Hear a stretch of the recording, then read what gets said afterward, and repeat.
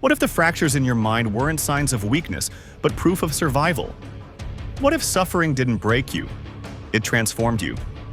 For the final chapter of Arc 2, The Madness. Within, we dive into a villain who isn't just one person, but many. A man whose trauma became a temple, whose pain became theology, and whose identity became a battleground between the innocent and the apocalyptic. This is Kevin Wendell Crumb, or as the world came to know him, the Horde. This is Beyond the Villain, where we unmask evil, one story at a time. Kevin Wendell Crumb grew up in a home where pain was routine.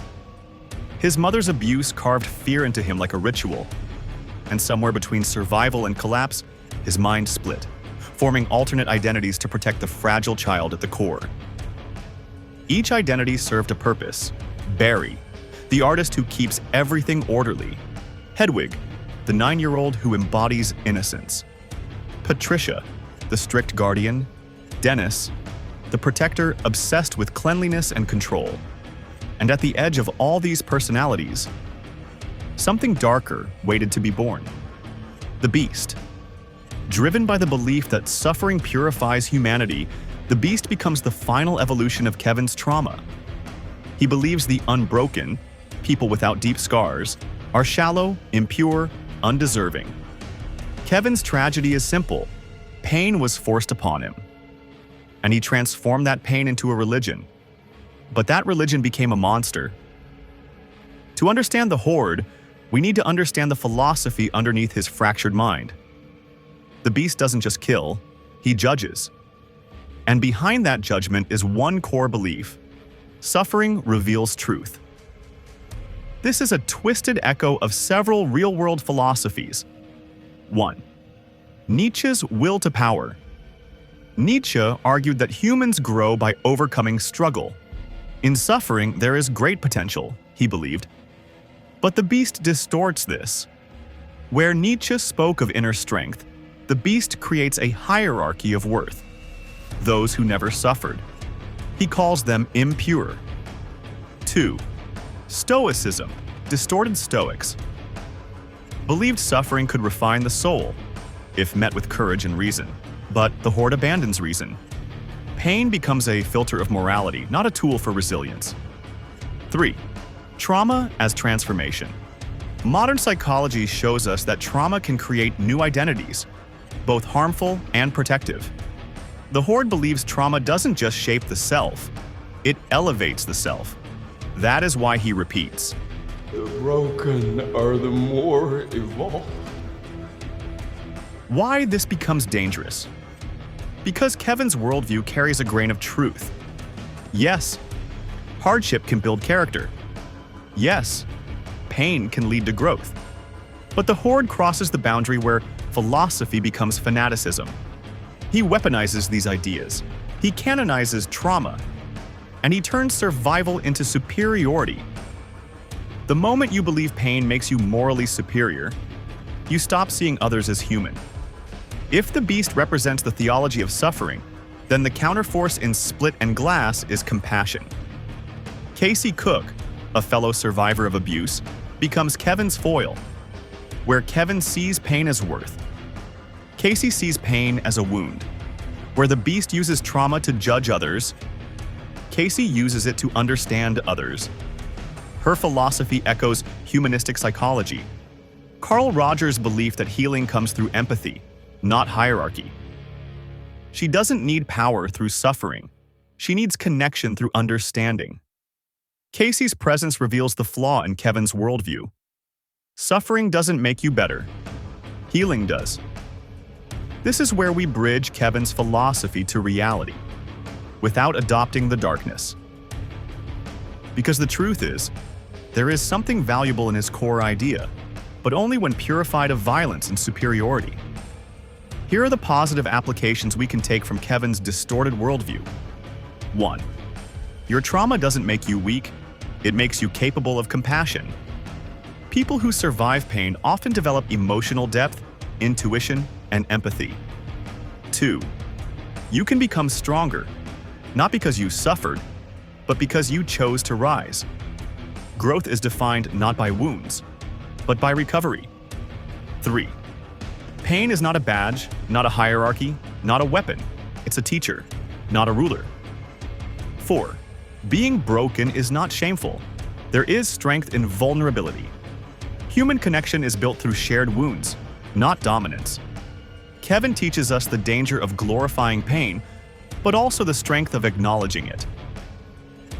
Kevin's story forces us to confront difficult truths. Are we shaped more by trauma than by choice?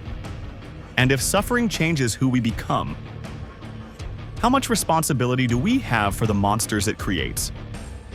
The Horde blurs the line between victim and perpetrator.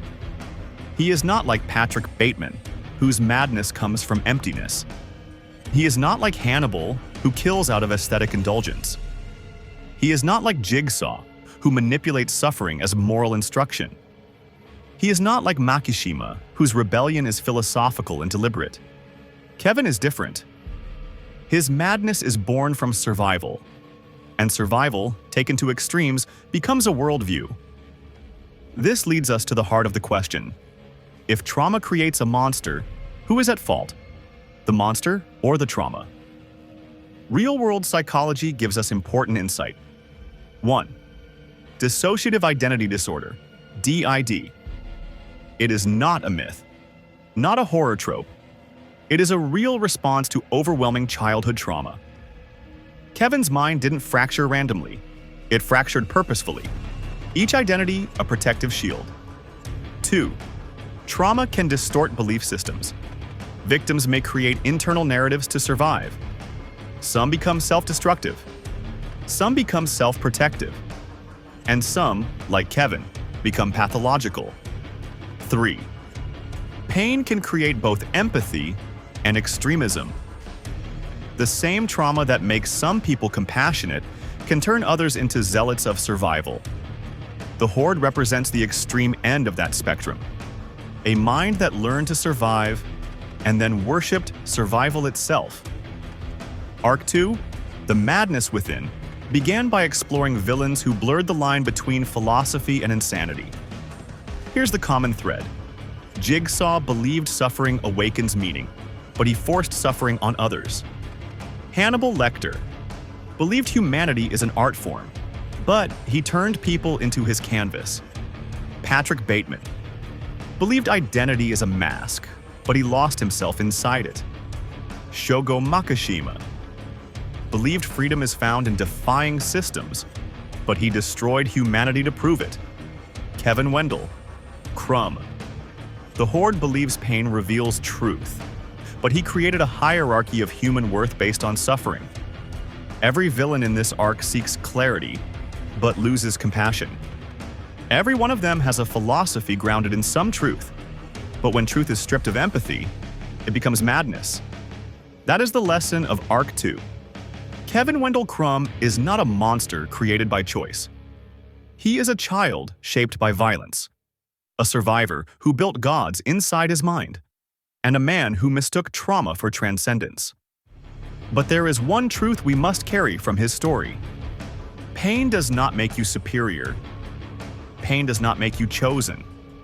Pain makes you human. The danger of the Horde's philosophy is not in its darkness, but in its seduction. Because it whispers, you survived, therefore you are above others. But real strength is not dominance. It is healing. It is empathy. It is choosing to be more than what hurt you. And that is why Kevin's story matters. Because it reminds us that the line between madness and meaning is drawn by compassion. This concludes Arc 2, The Madness Within.